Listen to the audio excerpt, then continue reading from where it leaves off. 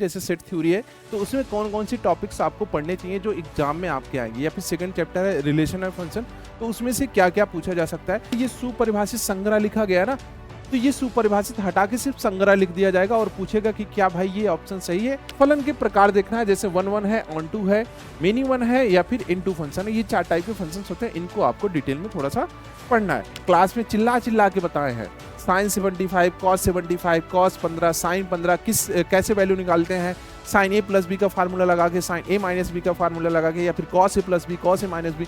ये सारे फार्मूले एकदम रट चुके हैं बच्चों को। हेलो बच्चा पार्टी, क्या हालचाल। आई होप आप सब अच्छे होंगे और अपनी पढ़ाई अच्छे से कर रहे होंगे। आप लोगों का हाफ ईयरली का एग्जाम आ रहा है, उसी को ध्यान में रख के जो हाफ ईयरली के मोस्ट इंपॉर्टेंट क्वेश्चंस हैं, मोस्ट इंपॉर्टेंट टॉपिक्स हैं, उसको आज हम लोग डिस्कस करने वाले हैं। कि आपके भाई अगर मान लेते हैं पहला चैप्टर है जैसे सेट थ्योरी है, तो उसमें कौन कौन सी टॉपिक्स आपको पढ़ने चाहिए जो एग्जाम में आपके आएंगे, या फिर सेकंड चैप्टर है रिलेशन और फंक्शन, तो उसमें से क्या क्या पूछा जा सकता है। तो वो सारी चीजें जो आपके पीवाईक्यू वगैरह है, जैसे प्रीवियस ईयर के जो क्वेश्चन वगैरह है, उन सबको डिटेल में देखने के बाद ये पूरा का पूरा फ्रेम किया गया है, जिससे आपको हाफ ईयरली में बढ़िया स्कोर मिले अगर आप ये करके जा रहे हो, ये सारे क्वेश्चंस बना के जा रहे हो। ठीक है बेटा, तो आज हम लोग क्या डिस्कस करने वाले हैं, मोस्ट इंपॉर्टेंट क्वेश्चंस। ठीक है, मोस्ट इंपॉर्टेंट क्वेश्चंस आज हम लोग डिस्कस करने वाले हैं। सोल्यूशन नहीं कराएंगे, ठीक है, सोल्यूशन नहीं कराएंगे, आपको बस क्वेश्चन से दे रहे हैं। सोल्यूशन हम लोग वाईटी वगैरह पे वापस से कर लेंगे। ठीक है, तो अभी आपको क्या करना है भाई, क्वेश्चन को देखने हैं और टॉपिक्स को देखने हैं कि जो जो टॉपिक्स क्लास 11th में है आपके लिए इंपॉर्टेंट है, उनसे रिलेटेड क्वेश्चंस आपको प्रैक्टिस करने हैं। ठीक है बेटा, मोस्ट इंपॉर्टेंट क्वेश्चंस आपको प्रैक्टिस करनी है। अगर हम लोग बात करें आज का जो हमारा लक्ष्य है, पूरा का पूरा जो टॉपिक्स है उसको हम लोग कवर कर रहे हैं, जिसमें हम लोग इंपॉर्टेंट क्वेश्चंस भी बताएंगे, इंपॉर्टेंट टॉपिक्स भी बताएंगे कि भाई ये टॉपिक्स इंपॉर्टेंट है चैप्टर वाइज। ठीक है, चैप्टर वाइज डिस्कस करने वाले हैं, ये नहीं कि पूरे के एक साथ मिक्सअप करके, नहीं, चैप्टर वाइज डिस्कस करने वाले हैं। तो मोस्ट इंपॉर्टेंट क्वेश्चन का टॉपिक्स रहने वाला है आज हमारा। ठीक है बेटा, तो बात करते हैं हम लोग पहले चैप्टर की। पहले चैप्टर की बात करते हैं जो सेट है। ठीक है, पहले चैप्टर की बात करते हैं सेट। अच्छा, एक चीज और यहाँ पे मैं आपको बताना चाहूंगा, ये आप किसी भी बोर्ड के हो, चाहे आप यूपी बोर्ड के हो या फिर बिहार बोर्ड के हो, सभी बोर्ड्स के लिए ये एप्लीकेबल है। आप अपने सिलेबस को मैच कराएंगे, वहां से आप पढ़ना शुरू करेंगे। ठीक है, पहले चैप्टर की बात करें तो सेट हमारा चैप्टर होता है। पहला चैप्टर क्या होता है बेटा, सेट होता है। इसमें अगर आप ध्यान से देखोगे तो आपसे जो 1 नंबर का क्वेश्चन पूछा जाता है ना, अगर 1 नंबर की बात करें, 1 नंबर, हाँ, ऑब्जेक्टिव वाले क्वेश्चंस, वो आपसे बेसिक से सेट की डिफिनेशन पूछ लेता है कभी कभी। जैसे समुच्चय की क्या परिभाषा होती है भाई, तो वहां पे कभी आपको दिख जाएगा, जैसे ये सुपरिभाषित संग्रह लिखा गया है ना, तो ये सुपरिभाषित हटा के सिर्फ संग्रह लिख दिया जाएगा और पूछेगा कि क्या भाई ये ऑप्शन सही है। तो आपको वहां पे थोड़ा सा केयरफुल रहना है कि आपको देखते रहना है कि भाई ये सुपरिभाषित वाला वर्ड लिखा गया है कि नहीं लिखा गया है। ठीक है, वेल डिफाइंड कलेक्शन, अगर इंग्लिश मीडियम का कोई बच्चा देख रहा है तो वेल डिफाइंड कलेक्शन क्या होता है, और समुच्चय के उदाहरण पे आपसे क्वेश्चन पूछा जा सकता है। सेकंड टॉपिक आता है समुच्चय के प्रकार। जो हम लोग समुच्चय के प्रकार पढ़ते हैं उस पर आपसे क्वेश्चन पूछा जा सकता है। उप समुच्चय और समुच्चयों पर संक्रिया, देखो इन पे हम लोग डिटेल में नहीं जा रहे क्योंकि ऑलरेडी 1 शॉर्ट वीडियो आपकी जा चुके हैं, इन चैप्टर के 1 शॉर्ट वीडियो भी जा चुके हैं। ठीक है, तो आपको अगर डिटेल में पढ़ना है तो आप 1 शॉर्ट वीडियो से पढ़ सकते हो फ्री में, कोई आपको 1 रुपए भी नहीं देना है। ठीक है, फ्री ऑफ कॉस्ट है। और अगर आपको उसका पीडीएफ डाउनलोड करना है तो आप पीडब्ल्यू का ऐप डाउनलोड करेंगे, वहां पे जाके देखेंगे कॉमर्स वाला।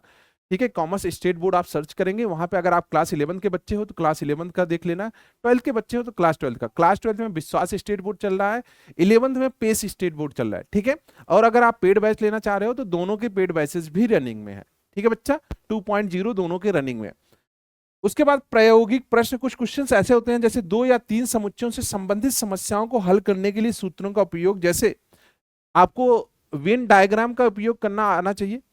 अगर 2 या 2 से ज्यादा, जैसे कुछ लोग चाय पी रहे हैं, कुछ लोग कॉफी पी रहे हैं, तो इस टाइप के क्वेश्चन भी आपसे पूछता है इसमें कि दोनों 15 लोग चाय कॉफी दोनों पी रहे हैं, कुछ लोग सिर्फ चाय पी रहे हैं, कुछ लोग कॉफी पी रहे हैं, तो बताओ इसमें से कोई एक पूछ लिया कि भाई कितने लोग हैं जो कॉफी नहीं पी रहे हैं या फिर चाय नहीं पी रहे हैं। इस टाइप के क्वेश्चन आपसे पूछेगा। ठीक है, संघ, यूनियन, सर्वनिष्ठ और पूरक कॉम्प्लीमेंट वाले जैसे क्वेश्चन होते हैं, इन सबको भी आपको नॉलेज होना चाहिए। दूसरा, अगर हम लोग चैप्टर की बात करें, संबंध और फलन, रिलेशन एंड फंक्शन की बात करें, तो कार्तीय गुणनफल आना चाहिए, कार्टेशियन, आपको कार्टेशियन प्रोडक्ट आना चाहिए। उसके बाद आपको संबंध, जो रिलेशन होता है, रिलेशन के टाइप्स से आपको पता होने चाहिए। बट रिलेशन के टाइप्स क्लास 12th में ज्यादा डिटेल में है। अगर 11th की बात करें तो सिर्फ आपको डोमेन, कोडोमेन और परिसर से काम चल जाएगा। ठीक है बेटा। उसके बाद फलन की बात करें तो फलन में आपको क्या करना है, फलन की परिभाषा देखनी है और संबंध से उसका अंतर देखना है। फलन के प्रकार देखना है, जैसे वन वन है, ऑन टू है, मेनी वन है या फिर इनटू फंक्शन है। ये 4 टाइप के फंक्शन होते हैं, इनको आपको डिटेल में थोड़ा सा पढ़ना है। उसके बाद थर्ड चैप्टर की बात करें, त्रिकोणमितीय फलन या फिर ट्रिग्नोमेट्रिक फंक्शन, डिटेल में हम लोगों ने पढ़ा है। क्लास वाले बच्चे तो उनको पता है, डिटेल में हम लोगों ने डिस्कस किया, लेकिन वन शॉट वीडियो के थ्रू भी आप जा सकते हो। ठीक है। कोण और मापन आपको देखना है, त्रिकोणमिति सर्व संख्याएं देखनी है, त्रिकोणमिति समीकरण देखना है, sin x is equal to 0, cos x is equal to 0, tan x 0। ये बेटा आपके सिलेबस में नहीं है, किसी किसी बुक में है, बट एनसीईआरटी में नहीं है। जो बच्चे एनसीईआरटी या फिर जो बोर्ड एनसीईआरटी फॉलो कर रहा है उसमें ये वाला टॉपिक नहीं है, पुराने एनसीईआरटी में है, नई वाली एनसीईआरटी में नहीं है। तो आप इसको नहीं पढ़ोगे तो भी आपका काम चल जाएगा। ठीक है बालक। उसके बाद आता है लीनियर इनइक्वलिटी, ये आपका चैप्टर नंबर 4 है। लीनियर इनइक्वलिटी 3 चैप्टर हो गए, कौन कौन से? पहला सेट थ्योरी हो गया, दूसरा रिलेशन एंड फंक्शन हो गया, तीसरा आपका ट्रिग्नोमेट्री हो गया, चौथा हम लोग कौन सा देख रहे हैं? रैखिक असमख्याएं देख रहे हैं, जिसको लीनियर इनइक्वलिटी बोला जाता है। असमख्याओं का हल देखना है और असमख्याओं के गुण, कुछ टाइप्स के गुण होते हैं, जैसे बाहर की साइड ओपन हो रहा है या फिर अंदर की साइड ओपन हो रहा है, ये सारी चीजें आपको इसमें पढ़ने को मिलेगी। ठीक है बेटा।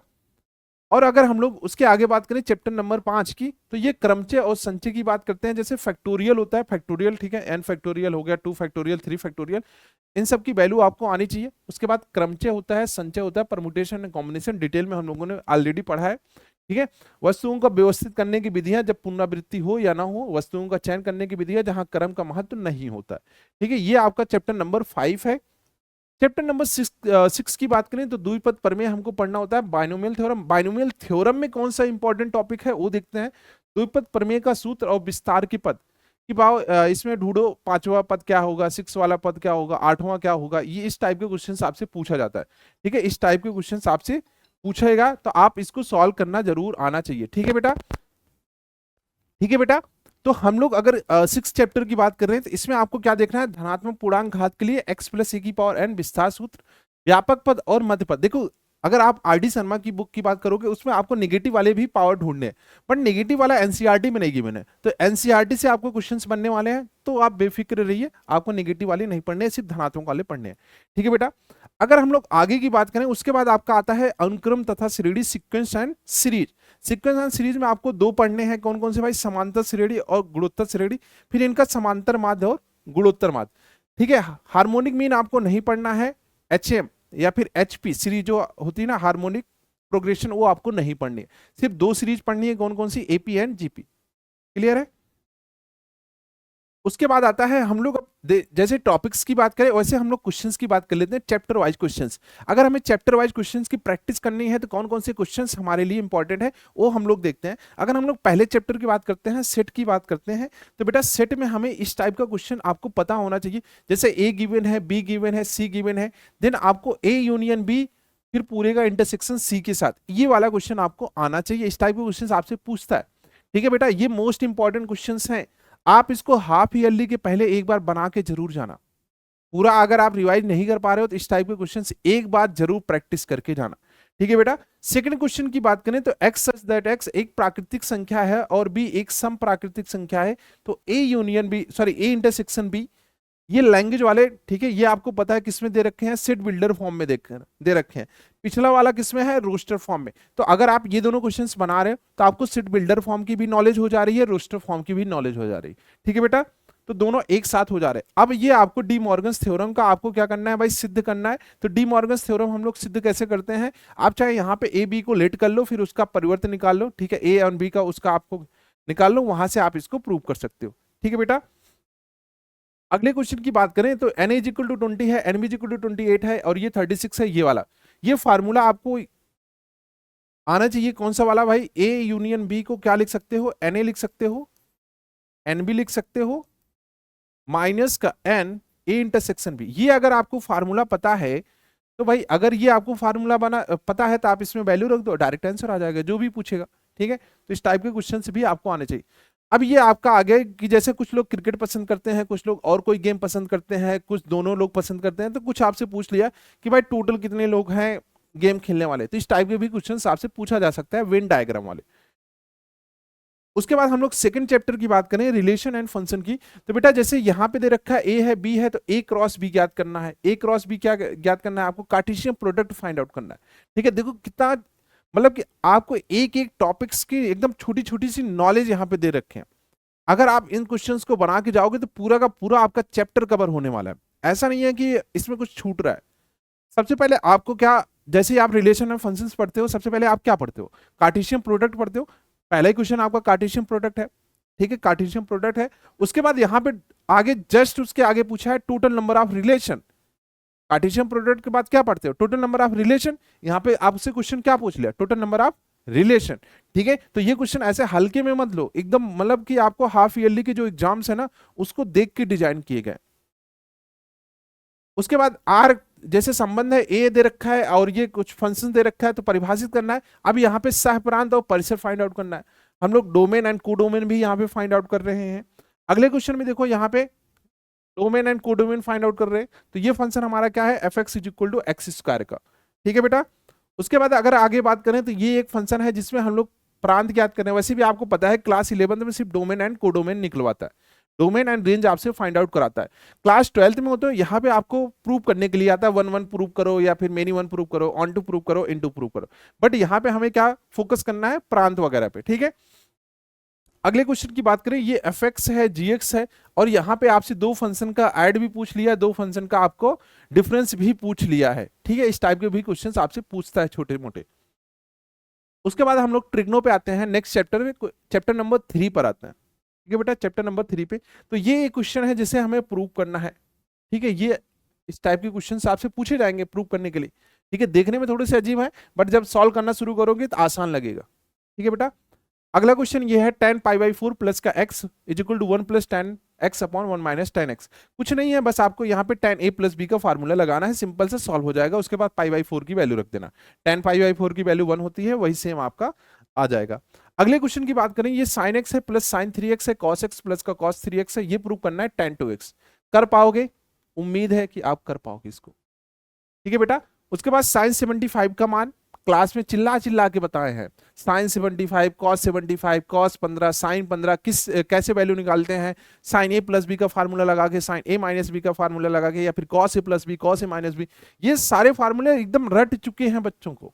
ठीक है, तो ये तो आपके लिए एकदम बढ़िया क्वेश्चन होगा, मजेदार क्वेश्चन होगा, देखते ही आप सॉल्व कर पाओगे। अब ये जो व्यापक वाला हल है ना, आप इसको सॉल्व भी कर सकते हो, नहीं भी सॉल्व कर सकते हो, क्योंकि ये नई वाली एनसीईआरटी में नहीं है, पुरानी वाली एनसीईआरटी में है। तो मैं सभी बोर्ड्स को कवर कर रहा हूं, तो इस वजह से ये क्वेश्चन भी यहाँ पे प्लेस कर दिया हूं। तो अगर आपके सिलेबस में है तो आप कर सकते हो, नहीं है तो कोई बात नहीं। ठीक है बेटा, उसके बाद आते हैं समृद्ध संख्या और द्विघात समीकरण। चैप्टर का नाम क्या है भाई? Complex number and quadratic equation. आपको पता है कि कॉम्प्लेक्स नंबर तो चैप्टर का नाम पूरा है complex number and quadratic equation, but यहाँ पे सिर्फ हम लोग कॉम्प्लेक्स नंबर ही पढ़ते हैं, क्वाड्रेटिक इक्वेशन का कोई मतलब नहीं। ठीक है ही नहीं, सिलेबस में है ही नहीं। ठीक है बेटा, पहले क्वेश्चन की बात करें, जैसे ये है, इसका संयुग्मी हमें फाइंड आउट करना है, मापांक फाइंड आउट करना है। अगर आप ये क्वेश्चन बनाते हो, दोनों चीजें आपको आ जाएंगी कि भाई संयुग्मी क्या होता है, मॉडुलस क्या होता है। ठीक है, उसके बाद यहाँ पे एक वैल्यू फाइंड आउट करनी है, आई की पावर 18 प्लस 1 अपॉन आई की पावर 25, इसकी वैल्यू हमें फाइंड आउट करनी है। अगले क्वेश्चन की बात करें, यहाँ पे हमें एक इक्वेशन दे रखी है क्वाड्रेटिक इक्वेशन, इसके रूट्स फाइंड आउट करने हैं। क्वाड्रेटिक इक्वेशन गिवन है, इसके रूट्स फाइंड आउट करने, आप इजीली फाइंड आउट कर सकते हो। ठीक है, ये उसमें आएंगे, कॉम्प्लेक्स नंबर में आएंगे, इसके रूट्स दोनों क्या होंगे? कॉम्प्लेक्स नंबर में संयुग्मी वाले होंगे। ठीक है बेटा, फिर आपको ये प्रूव करना है, ए प्लस आइटा बी के रूप में लिखना है। कर पाओगे? बिल्कुल कर पाओगे भाई, बस सिंप्लीफाई करते चला जाना, इसको भी सिंप्लीफाई करना है आपको। उसके बाद हम लोग लीनियर इनइक्वलिटी वाले चैप्टर पे आते हैं। इसमें क्या क्या इंपॉर्टेंट है, जैसे ये असम क्या है, इसको हल करना है। यहाँ पे साइन क्या है, less and greater, sorry less or equal का साइन बना है। दूसरे में अगर हम लोग बात करें, ये वाली इक्वेशन है, ठीक है, इक्वेशन नहीं बोल सकते इसको, लीनियर इनइक्वलिटी बोल सकते हैं। ये किसकी इनइक्वलिटी है भाई? लेस की है, तो इसको सॉल्व करना है। यहाँ पे दो दो इनइक्वलिटी है, पहले इन दोनों को सॉल्व कर लो, इन दोनों को सॉल्व कर लो, बाद में दोनों को साथ में लेके आओ, वहां से कॉमन ढूंढ लो। फिर इसको सॉल्व करना है आपको, ये दो सम क्या सॉल्व है करनी है, इनको भी आप सॉल्व कर सकते हो इजीली अगर आपने चैप्टर अच्छे से पढ़ा होगा। फिर ये कुछ थ्योरी वाले क्वेश्चंस हैं जिसमें हम लोग वर्ड्स प्रॉब्लम यूज करते हैं कि भाई कुछ देखो, नॉर्मल से अगर आपको इक्वेशन बना के ये इनइक्वलिटी बना के दे दी गई तो आप उसको इजीली बना पाते हो, बट जैसी वर्ड्स प्रॉब्लम आती है फिर आपको दिक्कत होने लगती है। तो ये आपको क्या करना है भाई, वर्ड्स प्रॉब्लम वाले क्वेश्चंस को भी बनाने हैं। ठीक है बेटा। उसके बाद हम लोग क्रमचय और संचय वाले चैप्टर पाते हैं, परमुटेशन एंड कॉम्बिनेशन वाले चैप्टर पाते हैं पीएनसी वाले पे। तो यहाँ पे आपको ये इस टाइप के क्वेश्चंस बहुत देखने को मिलते हैं भाई, कि यहाँ पे NP5 दे रखा है, NP3 दे रखा है, 42 दे रखा है, यहाँ पे आपसे n की वैल्यू पूछ रहा है। तो इस टाइप के क्वेश्चंस आपसे पूछते हैं। यहाँ पे आपको क्या करना है, सिंपल सा फार्मूला लगाना है, कैंसिल आउट करते जाना है, जो कैंसिल हो रहा है वहां से आपको n की वैल्यू मिल जाएगी। ठीक है बेटा।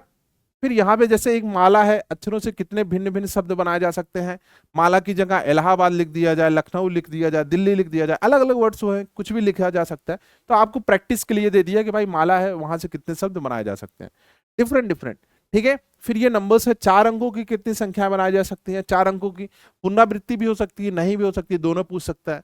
अगर ये टेलीफोन का नंबर होता वहां पे 0 हम लोग आगे प्लेस कर सकते थे, बट मोबाइल नंबर है, क्या मोबाइल नंबर है, हाँ या मोबाइल नंबर है या फिर टेलीफोन नंबर है, तो आगे 0 आ सकता है। बट अगर हम लोग डिजिट की बात करेंगे तो 0 आगे प्लेस नहीं करेंगे। ठीक है बेटा। उसके बाद आता है जैसे ये कमेटी वाली, कि कुछ पुरुष हैं कुछ महिला हैं, हमें 2 पुरुष या फिर 2 महिलाओं को साथ ला के टीम बनानी है। तो इस टाइप के क्वेश्चंस भी आपसे पूछे जाते हैं, जिसमें कमेटी यूज होती है। कमेटी में कुछ महिलाएं होंगी, कुछ पुरुष होंगे, टोटल में से हम लोगों को क्या करना होता है, चुनना पड़ता है। तो इस टाइप के भी क्वेश्चंस आपसे पूछे जाते हैं। ठीक है बेटा। और ये जैसे हम लोग P2 वाला सॉल्व कर रहे थे, सिमिलर हम लोग NC8 एंड NC2 को सॉल्व करेंगे। उसके बाद हम लोग बाइनोमियल थ्योरम पर आते हैं। बाइनोमियल थ्योरम की बात करें, जैसे द्विपद प्रमेय है, इसका उपयोग करके हमें इसको ओपन करना है। 2 पद है, इनका विस्तार करना है। ठीक है, विस्तार करना है, सिंपल सा कर लेंगे भाई। मिडिल टर्म फाइंड आउट करना है। देखो पहले हम लोग विस्तार कर रहे हैं, फिर मिडिल टर्म फाइंड आउट करना है। कितना मतलब सीक्वेंस बैठ रहा है। अगर आपने चैप्टर अच्छे से पढ़ा होगा तो आपको पता होगा कि भाई पहले हम लोग क्या करते हैं, प्रसार करते हैं, फिर मिडिल टर्म ढूंढते हैं। इस टाइप के क्वेश्चंस आपको सेम सीक्वेंस में दिए जा रहे हैं।